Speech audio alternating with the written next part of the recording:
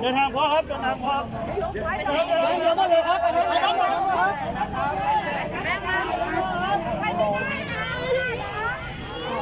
ทุกคนแตก นี่ ตื่ คือน ขึ้นมหาชนนะครับย้ายที่ครับย้ายที่โอ้โหนี่นะครับ ทุกคนแน่นโกลาหลเลยนะคะทุกคนแตกตื่นย้ายที่กันนะคะนี่เลยค่ะแน่นไปหมดเลย โอ้ประกอบตัวเองด้วยครับประกอบตัวเองด้วยขึ้นมหาชนนะครับ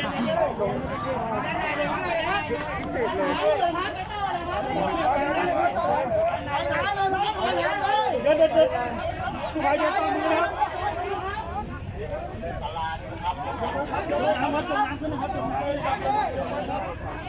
ับต้องทำกำแพงกั้นเพื่อไม่ให้คนเข้าไปใกล้หลวงตานะคะเพราะว่า น้ำก็ปัดใจไปมาครั